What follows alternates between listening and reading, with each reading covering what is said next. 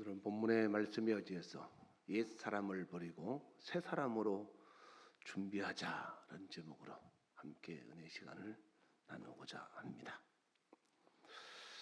한 해 동안 참 수고 많으셨습니다.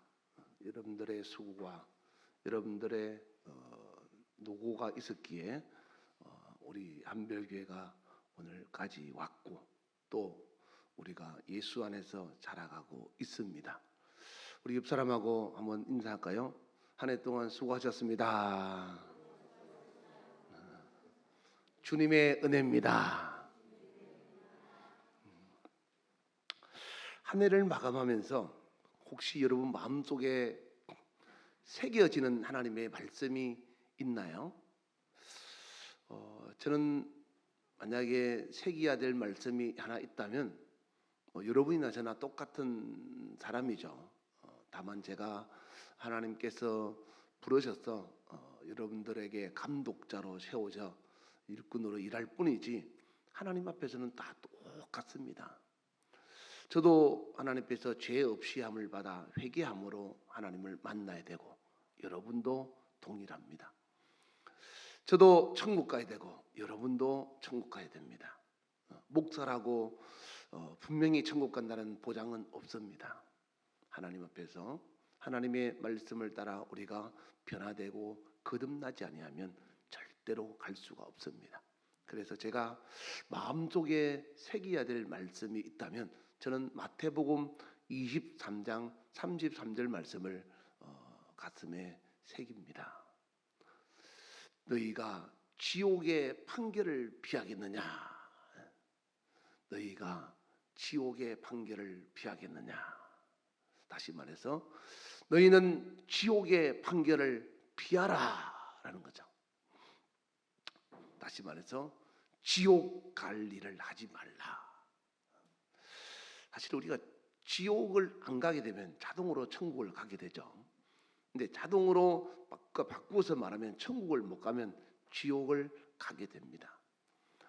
사람은 이 세상 살면서 여러 가지 길이 있지만 전에도 말씀을 드렸지만 인생은 딱 두 가지 길입니다. 천국 가는 사람하고 지옥 가는 사람하고 두 종류의 사람이 세상에 살고 있습니다. 여러분들은 다 천국 가기 위해서 오늘 이 밤에도 나오셨죠. 천국 가는 길은 결코 넓은 길이 아니고 하나님의 말씀의 통제 속에서 순종하는 좁은 길입니다. 우리는 하나님의 말씀을 들으면서 그 말씀을 내가 듣고 싶으면 듣고 듣기 싫으면 안 듣고 내 하고 싶은 대로 할 때가 있지만은 그러나 내가 하나님 말씀의 통제를 받지 않고 내 하고 싶은 대로 살아가면 나중에 죽고 난다면은 내가 하나님의 말씀에 의해서 강제로 통제를 받는 날이 옵니다. 그때는 내가 하고 싶은 대로 절대로 못합니다. 그러니까 그때 가서 강제로 통제를 받을 바에는 차라리 지금 강제로 하나님 말씀에 억지로라도 통제를 받으면 나중에 죽고 나면 아주 자유하게 삽니다. 그래서 지금 통제받고 나중에 자유하게 살 것이냐, 아니면 지금 자유하게 살다가 나중에 하나님 앞에서 통제받는 억압 속에서 지옥의 고통 속에서 영원히 살 것이냐 하는 것은 저와 여러분의 개인적인 선택에 달렸습니다. 그래서 하나님 말씀을 들을 때마다 저와 여러분이 우리의 생각을 버리고 하나님의 생각으로 채워야 합니다. 그래서 기독교인의 영성이라는 것은 첫째, 비움의 단계입니다. 다시 말해서 내가 뭔가 그릇에 담기 위해서는 그릇에 기존에 담겨 있는 것을 버려야 거기에 담을 수가 있는 거죠.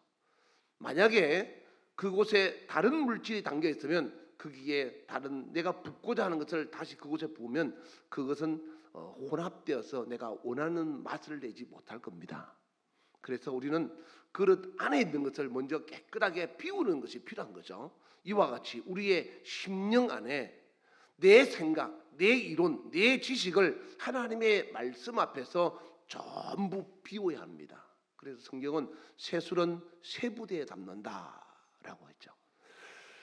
우리가 우리의 심령 속에 있는 나의 과거의 옛 사람의 습관과 지식과 이론들을 가지고 있으면 하나님의 말씀이 내 안에 들어와서 있어야 될 자리를 찾지를 못합니다. 그래서 기독교인의 기본적인 영성 첫 번째 단계는 비움의 단계입니다.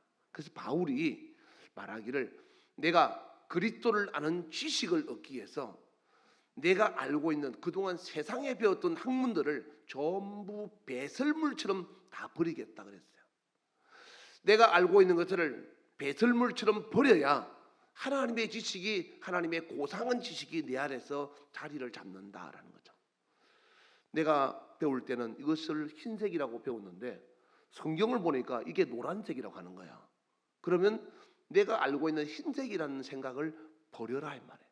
그리고 지금부터는 노란색으로 바꾸라는 거죠. 아무리 이치와 논리가 안 맞다 하더라도 하나님의 말씀이 그렇다 그러면 그런 겁니다.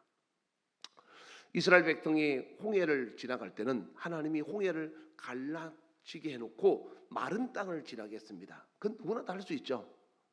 하나님이 여러분에게 하나님을 보여주시면 누구나 다 할 수 있습니다. 그런데 40년이 지나서 이스라엘 민족들이 가나안 땅에 들어갈 때는 요단강을 건너갈 때는 강이 갈라지지 않고 물이 흐르는데 수심이 내 키보다 높은데 들어가면 빠져 죽는데 너희가 법궤, 그 무거운 법궤를 메고 들어가라. 제사장들이 그 법궤를 메고 앞에서 들어가면 내가 너희와 함께 하리라. 그걸 믿고 어떻게 물에 들어가겠습니까? 하나님을 믿는 자만이 가능한 거예요. 하나님을 믿고 물에 들어갔더니 발이 물에 닿아서 발목이 물에 차니까 흐르던 물이 갑자기 뚝 끊겨서 갑자기 멈추는 겁니다. 그럼 이런 거는 뭐 디즈니 만화 영화에서나 볼 수 있는 거지 실제로 일어나는 건 참 어렵잖아요. 그런데 성경에는 그렇게 하나님이 일하시더라라는 거죠. 이와 같이 하나님의 말씀 앞에서는 우리가 내 이론은 이 물이 어떻게 멈춥니까? 돌멩이를 놔두든지 아니면 다리를 놔주든지 배를 놔주든지 그렇게 해주셔야지 아무런 것도 없이 강물에 들어가라니 이게 어떻게 살 수 있겠습니까? 라는 나의 고정적인 관념을 갖고 있으면 하나님은 우리에게 역사하지 않으신다. 그래서 성경 말씀 앞에 우리는 나를 비우는 삶을 살아야 된다. 그러면 어떻게 되느냐? 하나님의 말씀이 내 안에 들어와서 채워지는 겁니다. 그러면 그 말씀이 가득 채워지면 성경에 누가복음에 기록된 말씀처럼 너희 안에 가득한 것이 너희 입으로 나옵니다 그랬어요. 내 안에 가득한 하나님 말씀이 들어와 있으면 나도 모르게 내 입에서 나오는 것이 하나님의 말씀이 나오고 내 삶이 말씀에 의해서 움직여진다라는 거죠. 그래서 비우고 채우고 새롭게 그 말씀대로 적용하고 살아가는 겁니다. 이것이 기독교인의 영성입니다. 교회 나올 때는 세상 지식을 다 가지고 나오죠. 그리고 와서 비워야 합니다. 그대로 가지고 있으면 아무것도 채워지지 않습니다. 여러분이 세상에 가지고 있던 거 전부 비워놓고 하나님 말씀 앞에 여러분 자신을 비운 상태에서 채워서 그 말씀이 여러분을 움직이는 사람이 되어야 하나님이 여러분과 함께하는 표적을 나타내신다는 것을 잊지 마시기를 주의 이름으로 축원합니다. 오늘 본문에 보니까 과거에 저와 여러분이 우리가 어떻게 살았는지 하나님을 모르는 이방인의 삶이 무엇인가를 먼저 설명하고 있습니다. 그 이방인의 삶이란 첫째 17절에 보시면 마음이 허망한 것으로 행하였다 이렇게 되어 있죠. 마음이 허망했다. 이 말은 방향 없이 목표가 없이 살았다 이 말. 세상에서는 방향도 있고 목표가 있죠. 그런데 하나님이 원하는 말씀하시는 목표와 방향은 이 땅이 아니고 천국이에요. 성경의 기록도 창세기부터 요한계시록까지 이 땅에서 시작한 것으로 요한계시록은 저 하늘나라로 끝나는 것처럼 우리의 신앙생활은 처음에는 땅에서 시작했지만 우리의 발목의 발의 끝은 저 천국에 머물러야 된다라는 거죠. 그래서 우리의 목적지가 천국을 향해야 되는데 방향이 틀린다 이 말이에요. 왜? 마음이 허망하니까. 이방인의 삶을 살 때는 여러분도 그랬고 저도 그랬죠. 우리는 세상에서 어떻게 하면 잘 살까? 어떻게 하면 세상에서 공부 잘해서 똑똑한 사람 될까 했지만 이제 예수 앞에 나오면 우리의 마음이 바뀌어야 된다. 어떻게? 우리의 목적지는 저 천국을 향해야 되고 우리의 인생의 방향은 하나님과 동행하며 살아야 된다라는 거죠. 그리고 두 번째 18절에 보시면 총명이 어두웠다. 이방인의 삶을 말하는 거예요. 예수 모를 때 이방인의 삶. 총명이 어두웠다는 것은 옳고 그름을 분별하지 못한다라는 거죠. 여러분 세상 사람들은요 자기하고 같은 편이면 다 옳다 그럽니다. 그리고 아이들은 자기한테 유익하면 다 옳은 걸로 생각합니다. 때로는 나에게 유익해도 틀린 게 있고요. 그리고 때로는 내 편이라 할지라도 잘못된 것을 말할 수 있습니다. 내 아내라도 잘못된 것을 말할 수 있고 내 남편에도 잘못할 수 있는데 내 아내면 무조건 잘했고 내 남편이면 무조건 옳고 그리고 내 가족이면 무조건 다 맞다고 생각하는 이런 논리는 세상 사람들은 가능하지만 그리스도인들은 그렇지 않다. 그리스도인들은 하나님의 말씀 앞에서 옳고 그름을 분별할 수 있어야 된다. 우리가 이방인의 삶을 살 때는 그렇게 살지 못하고 내가 옳고 그름을 올바르게 분별하지 못하는 총명이 어두운 삶을 살았다. 그리고 그 뒤에 세 번째 보면 마음이 굳었다 이렇게 돼 있죠. 마음이 굳었다. 원래 원문에 보면 마음이 삐뚤어졌다 이 말이에요. 사람의 생명은 어디 있다 했죠? 잠언 4장 23절에 마음에 있다 그래요. 마음이 삐뚤면요 아무리 옳은 소리를 해도 옳은 소리를 듣지 않습니다. 기분 나쁘게 듣죠. 감정으로 듣습니다. 그 사람을 사랑해서 그 사람을 살리기 위해 하는 옳은 소리를 감정적으로 들어서 기분 나쁘게 받아들이는 거예요. 어떤 사람이 마음이 삐뚤어진 사람이. 그럼 마음이 삐뚤어지고 바르게 된 사람은 저 사람이 하는 소리가 저 사람이 나를 사랑해서 살리기 위해 사는 생명의 소리구나라는 것을 들으면 그 소리를 귀중하게 듣는다. 그러다 보니까 마음이 삐뚤다 보니까 어디에 귀를 기울인가 하면 세상 사람들의 소리에 크게 귀를 기울이고 하나님의 말씀에는 작게 귀를 기울이는 거예요. 그래서 이방인의 삶은 하나님의 말씀과는 아무 상관이 없어요. 그리고 세상 사람들 뉴스가 뭐라고 말하는지 광고가 뭐라고 말하는지 내 이웃의 사람이 뭐라고 말하는지 내 친구가 뭐라고 말하는지 거기에 집중하고 거기에 귀를 기울이고 사는 거죠. 그러나 그리스도인들은 이 사람이 아무리 많대 말을 해도 하나님의 말씀과 다르면 그것을 거절할 줄 알고 하나님의 말씀을 따르고 하나님의 목소리를 더 크게 듣는 사람이 되어야 한다라는 거죠. 할렐루야. 여러분은 마음이 삐뚤어지지 않기를 주의 이름으로 축원합니다. 그리고 네 번째 이방인의 삶은 18절 앞에 18절 보시면 하나님의 생명에서 떠나 있는 삶을 살았다. 인간은 가장 중요한 게 뭔가 하면 육체가 살아가는 목숨보다 영혼이 사는 생명이 중요한 겁니다. 육체는 언젠가는 다 죽습니다. 여기 있는 여러분들이 앞으로 100년 안에 전부 죽을 겁니다. 100년 뒤에 이 자리에 앉아서 함께 예배드릴 사람이 과연 몇 사람이 될지 모르겠습니다. 100년 안에 우리는 다 이 세상을 떠나야 합니다. 누가 먼저 가고 뒤에 갈 뿐이지. 그런데 중요한 것은 육체는 흙으로 만들었기 때문에 흙으로 돌아가고 내 육체 속에 사는 내 영혼은 하나님께로 가야 되는데 하나님께로 가지 못하고 하나님이 만들어 놓은 감옥 즉 지옥으로 간다면 그보다 불행한 사람은 없다 이 말이에요. 근데 성경은 누가 감옥에 들어가고 누가 천국에 들어가느냐 하면 요한일서 5장 12절에 보면 아들이 있는 자는 생명이 있고 인간은 생명이 없습니다. 하나님의 생명이 영원히 사는 생명이기 때문에 하나님의 아들 예수님이 이 땅에 오셔서 그 예수를 내 안에 모실 때 그 예수로 말미암아 내가 생명으로 충만한다. 그래서 예수님이 이 땅에 오실 때 요한복음 10장 10절에는 내가 온 것은 생명을 주러 왔노라 라고 말씀하는 거예요. 그래서 내 안에 예수가 있느냐 없느냐는 굉장히 중요한 겁니다. 여러분 안에 예수가 있으면 인생이 끝나면 그 예수로 말미암아 생명으로 영원히 주 앞에서 살고 예수가 없으면 하나님이 만들어 놓은 감옥에서 여러분의 영혼은 고통 속에서 살아갈 수밖에 없다.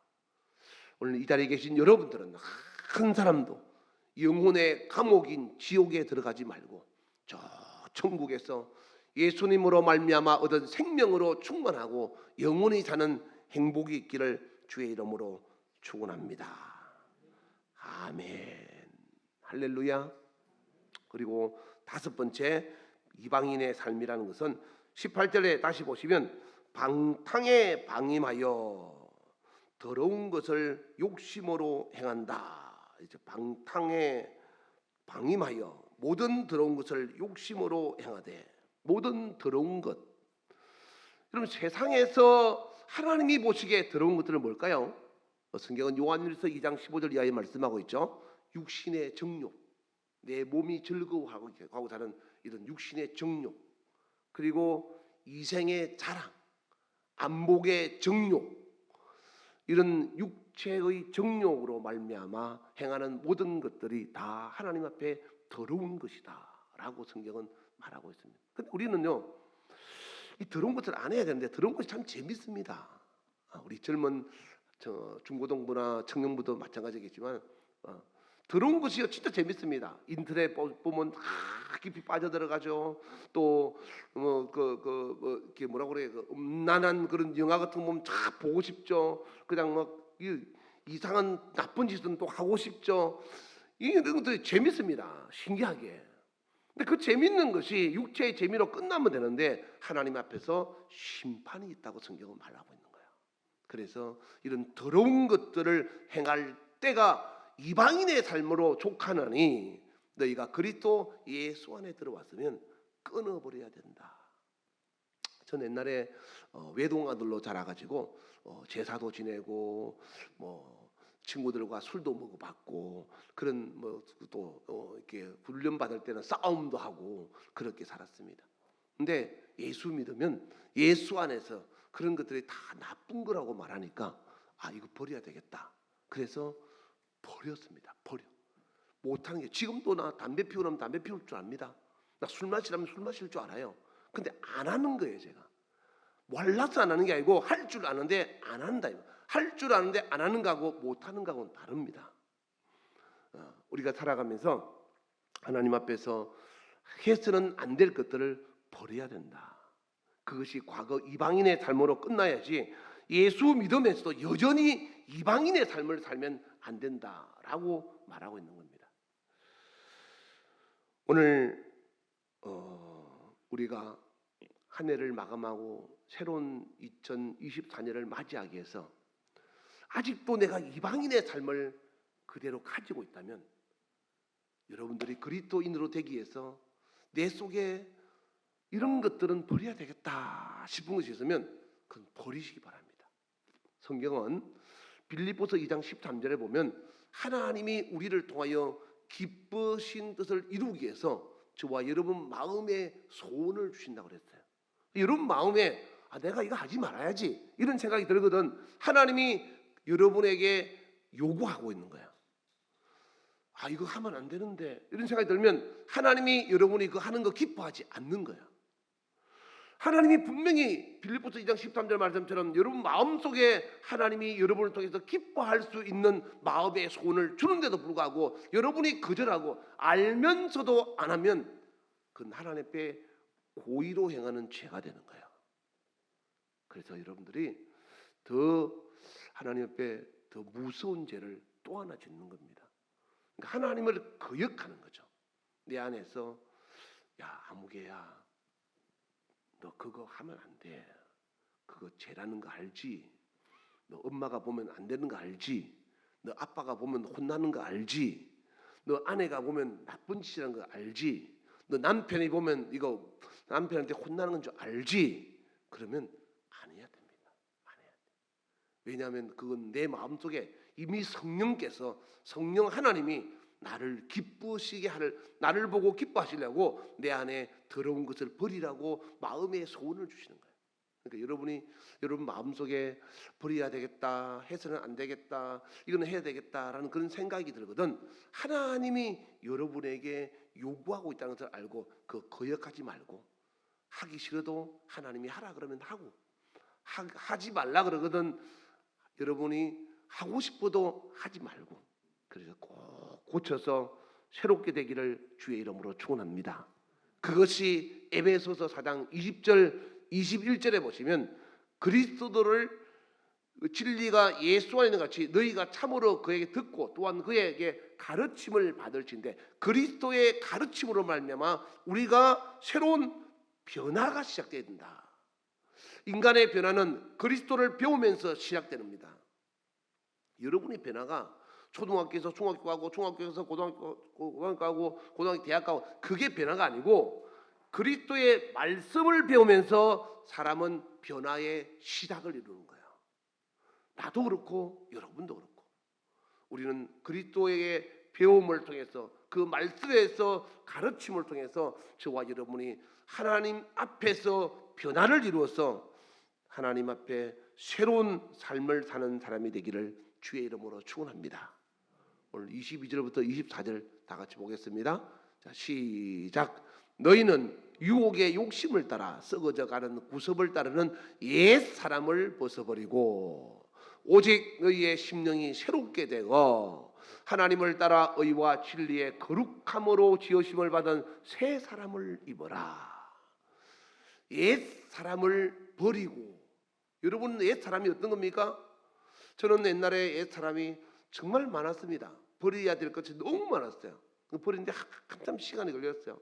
여러분들도 아마 저도 여러분 똑같은 인간이니까 버려야 될 거 있을 겁니다. 그러니까 하나씩 지금도 버려야 될 거 많습니다. 저도 버릴 수 있도록 여러분 해서, 그러려면 어떻게 되냐, 오늘 23 말씀처럼 심령 마음을 새롭게 해서 새 사람을 입어라.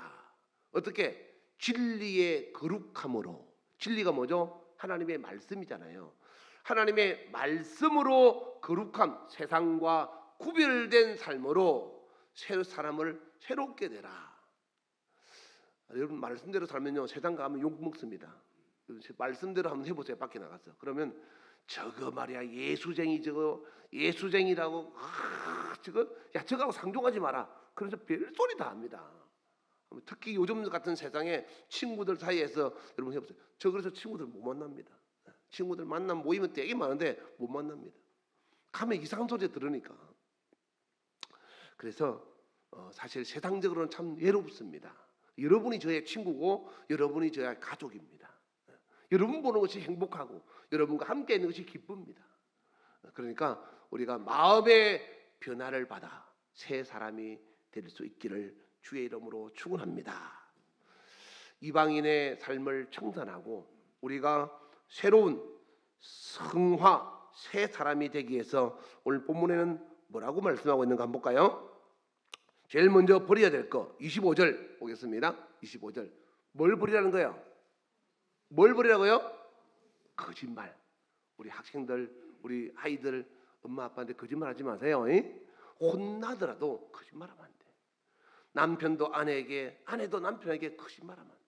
그거는 그 순간은 모면할 수 있을지 몰라도 하나님 앞에서는 요한계시록 21장 7절에 보면 8절에 보면 지옥 간다고 돼 있어. 지옥. 거짓말하는 자는 불과 유황에 타는 못에 들어가리라. 그래서 제일 무서운 죄가 자라면서 거짓말하는 거예요. 거짓말하는 거. 거짓말의 아비는 요한복음 8장 44절에 마귀라 그랬잖아요. 그러니까 사람이 거짓말하는 게 아니고 마귀에 의해서 거짓말하는 거예요. 거짓말의 장시자는 마귀예요. 그러니까 거짓말하면 아이고 내가 마귀에게 속했구나라고 생각하시면 돼. 그러니까 거짓말을 하지 말아요. 혼나고 부끄럼 나고 수치를 당해도 거짓말하면 안 돼. 요즘 정치인들 보면 거짓말 없는 거야죠. 멀쩡하게 증거가 드러났음에도 불구하고 거짓말하는 거 보면 참 너무 정말 부끄럽지 않습니까? 내가 볼 때 다 정말 나이 든 정치인들은 빨리 다 도태해 나가야 돼. 거짓말하는 사람들. 응? 그래서 거짓말하면 안 된다. 거짓말하지 맙시다. 옆 사람하고 거짓말하지 맙시다. 26절, 27절 시작. 분을 내어도 죄를 짓지 말고 해가 지도록 불을 품지 말고 마귀에게 틈을 주지 말라. 뭐 하지 말라는 거예요? 분내지 말라. 분내지 말라. 혹시 분을 내어도 해가 지도록 품지 말라. 화가 나서 부부싸움을 해도 해지기 전에 풀어라 이 말이에요. 응? 친구가 싸움했다 할때도 해지기 전에 풀어라. 부모 자식과도 해지기 전에 풀어라. 다 해지기 전에 빨리 푸시기 바랍니다. 해지기 때까지 안 풀면 마귀가 틈을 타고 들어온다. 비집고 들어온다는 거예요. 그러니까 제발 마귀는 틈을 타고 오고 예수님은 구름을 타고 온다는 이야기 들어보셨죠? 그러니까 마귀가 오는 길을 만들지 말라 이 말이에요. 첫 번째 뭐 하지 말라? 거짓말하지 말라. 이제 여러분 이제 기억에 이 설교 듣는 게 끝나면 안 되고 여러분 삶에 적용해야 돼요. 새해부터는 첫째 거짓말하지 말자. 두 번째 분내지 말자.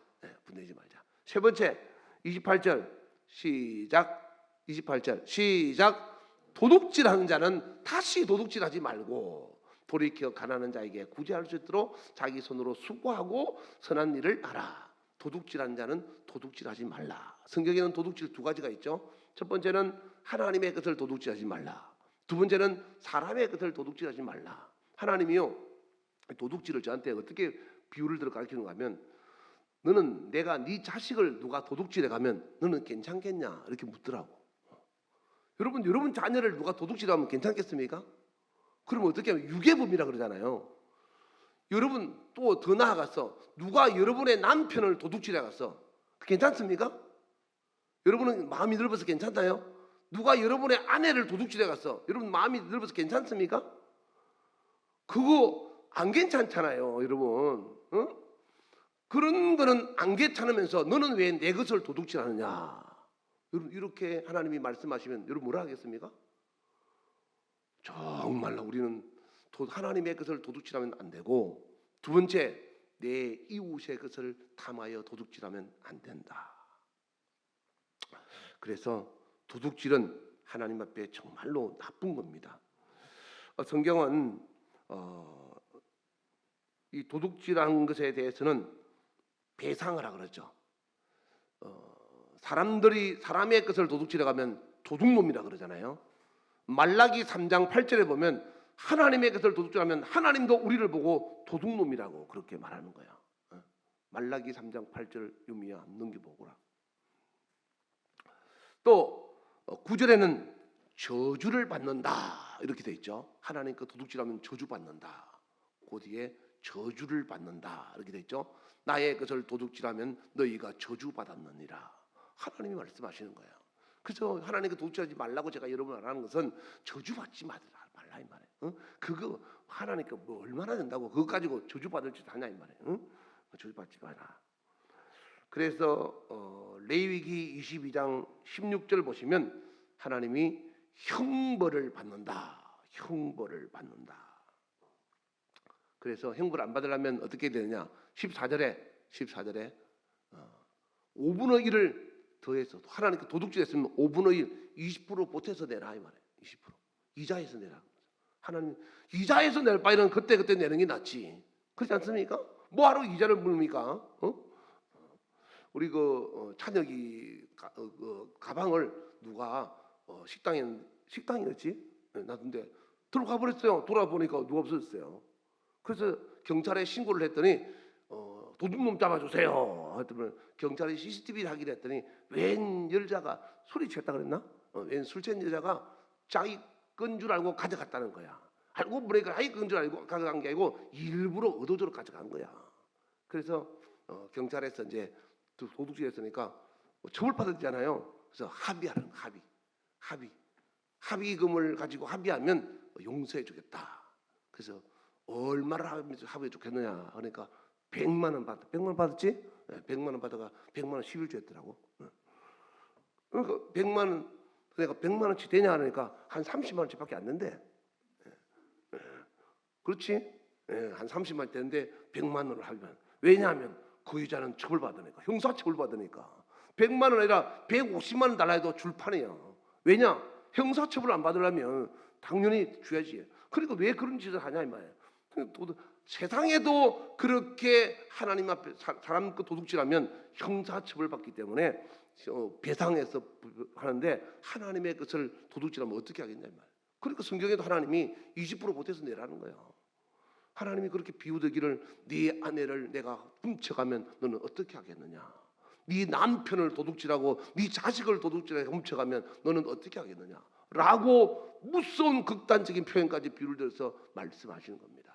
그래서 하나님 앞에서 하나님의 것이나 사람 것 도둑질하지 않도록 여러분들이 정말로 정직하고, 그러려면 도둑질하지 말고 정직하고 구제해라. 구제. 남에게 주는 자의 삶을 살아라. 그 다음에 그 뒤에 더러운 말을 하면 안 된다. 아까 더러운 말 나왔죠. 더러운 말 하면 안 된다. 선한 말, 남을 마음에 불편함을 주고 남을 힘들게 하는 그런 말 하면 안 됩니다. 여러분들은 말 조심해야 된다. 그리고 오늘 본문 32절 보시면 32절 보겠습니다. 다 같이 한번 읽어볼까요? 자, 시작.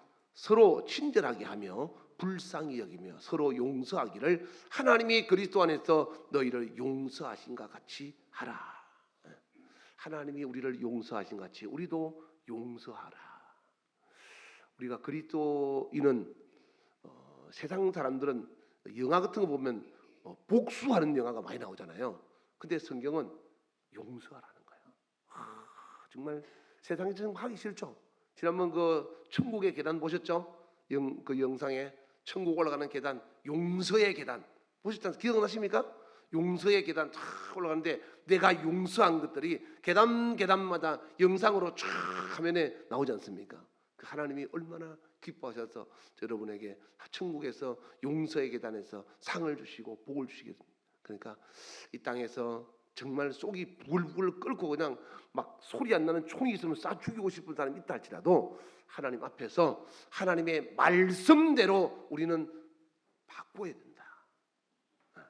꼭 그렇게 할 수 있기를 주의 이름으로 축원합니다. 말씀을 결론을 맺겠습니다. 우리는 한 해를 보내면서 그냥 한 해 지났으니까 너 내년에 새로운 해를 맞이해서 나 한 살 먹었네가 아니고 하나님 앞에서 내가 고치고 바꿔야 될 것을 꼭 찾아야 합니다. 그리고 그것을 올 한 해가 지나면서 버릴 거는 버리고 고칠 거는 고쳐야 됩니다.